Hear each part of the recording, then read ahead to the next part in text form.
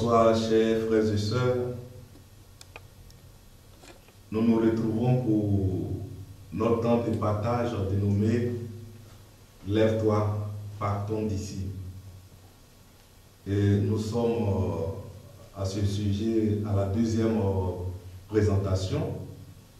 La semaine dernière, nous avons eu la grâce d'être accompagnés par le Père Paul pour ce temps d'exhortation qui demeure pour nous une référence de la semaine sur laquelle nous pouvons nous appuyer pour vivre notre semaine de carême, notre semaine de jeûne. Alors pour ce soir, nous allons partager à partir du texte de l'évangile de Matthieu, Matthieu 7, le verset 7 qui dit: demandez et l'on vous donnera, cherchez et vous trouverez, frappez et l'on vous ouvrira. Car quiconque demande reçoit, qui cherche trouve, et à qui frappe on ouvrira. Quel est d'entre vous l'homme auquel son fils demandera du pain et qui lui remettra une pierre? Ou encore, s'il lui demande un poisson, lui remettra-t-il un serpent? Chers amis, chers frères et sœurs dans le Christ, voici la parole qui va nous servir de base de partage d'exhortation. Cette parole que nous venons d'entendre, et ça c'est un verset très populaire que tout le monde connaît. Voilà, que tu sois dans l'église ou pas, on a toujours eu à dire à quelqu'un: cherche et tu trouves. Mais ce soir, cette parole que nous venons d'entendre, cette parole que le Christ donne à son auditoire, vient pour nous donner un enseignement essentiel que nous pourrons prendre, sur lequel nous pourrons nous baser ou nous fonder afin de vivre cette semaine qui s'ouvre, cette deuxième semaine de carême. Et comme nous l'avons entendu, c'est le Christ qui parle. Il dit à ces personnes qui l'écoutaient, à son auditoire, il les exhorte à demander, il les exhorte à chercher, il les exhorte à frapper afin qu'on puisse les ouvrir. Et tel que présenté dans ma méditation, je me disais, mais pourquoi le Christ disait ça? Est-ce qu'il ne frappait pas? Est-ce qu'il ne demandait pas? Est-ce qu'il ne cherchait pas? Mais dans l'enseignement que le Christ nous donne, il nous faut retenir deux choses. La première des choses sur laquelle je voudrais qu'on puisse échanger, c'est d'abord le lieu de la demande. Le lieu de la demande. Jésus insiste à dire: frappez et l'on vous ouvrira. Mais pas parce que le peuple qui l'écoutait ne levait pas ou ne faisait pas de prière envers Dieu. Non. Parce que lorsque nous connaissons l'histoire du peuple d'Israël, ce peuple à qui Dieu s'est révélé, donc c'est un peuple qui avait déjà la connaissance de Dieu, qui arrivait déjà à faire des prières envers Dieu, à élever des prières vers Dieu. Mais la nouveauté, ça c'est le Christ, son exemple de vie qui nous enseigne cela, c'est le cadre de la demande. Et c'est ce qui fait changer toutes choses. Le cadre de la demande. Jésus insiste parce que cette demande est appelée à être faite dans la prière.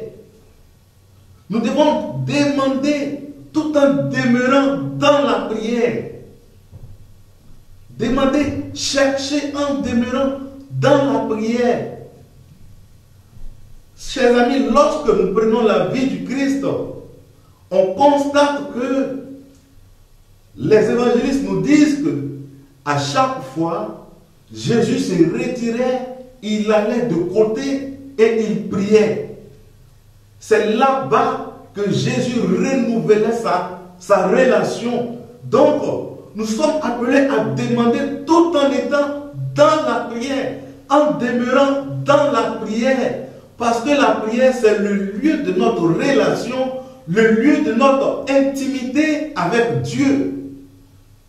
C'est dans la prière que nous pouvons arriver à élever Dieu et à lui adresser nos demandes. Puisque c'est dans la prière que notre relation avec Dieu se noue.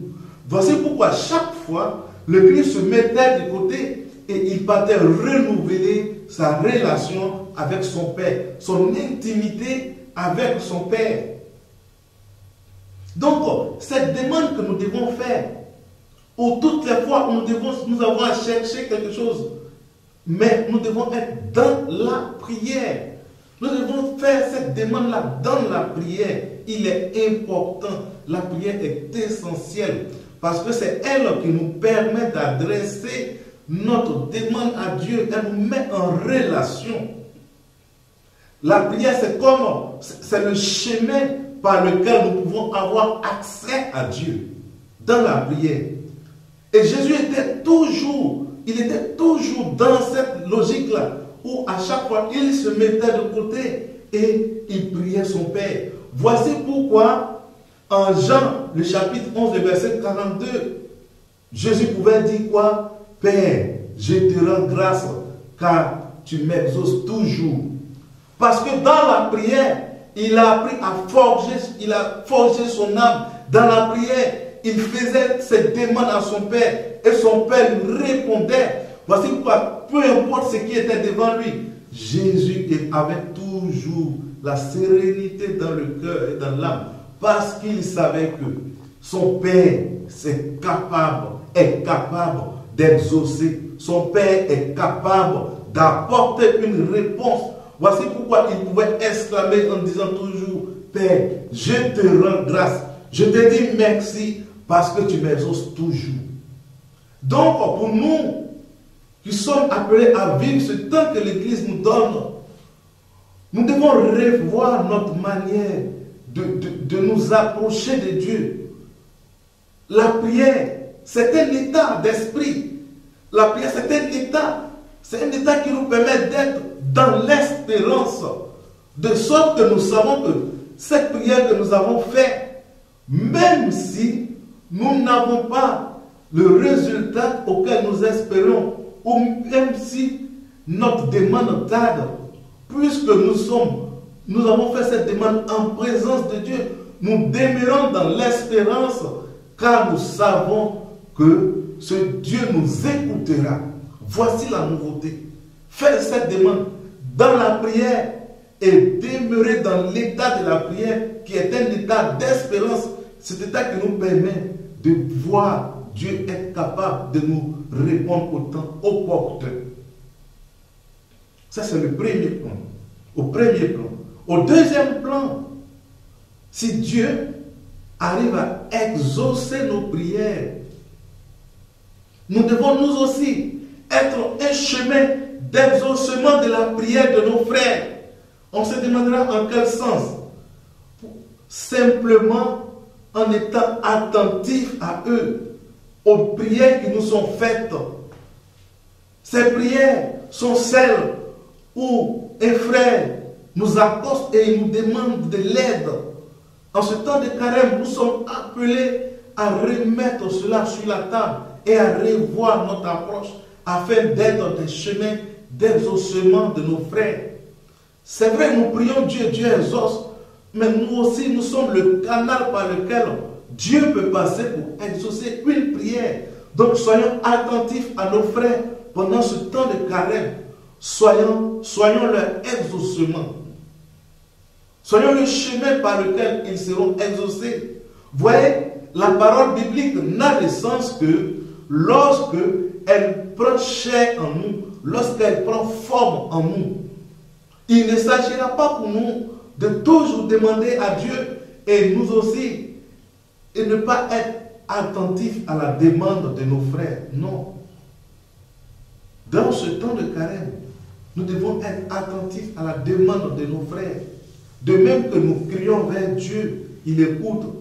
De même aussi nos frères crient vers nous parce qu'ils savent que nous pouvons. Et Dieu a mis en nous cette force de pouvoir être une réponse pour eux. Donc, tout en criant vers Dieu, nous aussi, soyons attentifs à nos frères qui sont parmi nous.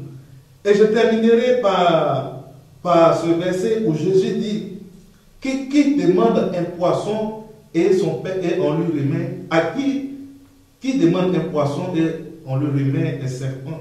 Pour dire quoi? Pour dire que Dieu est le seul capable d'exaucer toute demande. Toute demande. Il n'y a aucune demande qui ne puisse être exaucée par Dieu. Mais Dieu prend le temps de nous sonder. Dieu prend le temps de nous laisser, de nous permettre que notre exaucement puisse être un moyen d'évangélisation. Donc nous sommes appelés à savoir qu'il n'y a aucune demande qui ne puisse faire écho dans le cœur de Dieu. Mais nous devons rester dans l'espérance, car c'est Dieu qui exauce toute prière en son temps, au temps voulu par lui, selon notre besoin.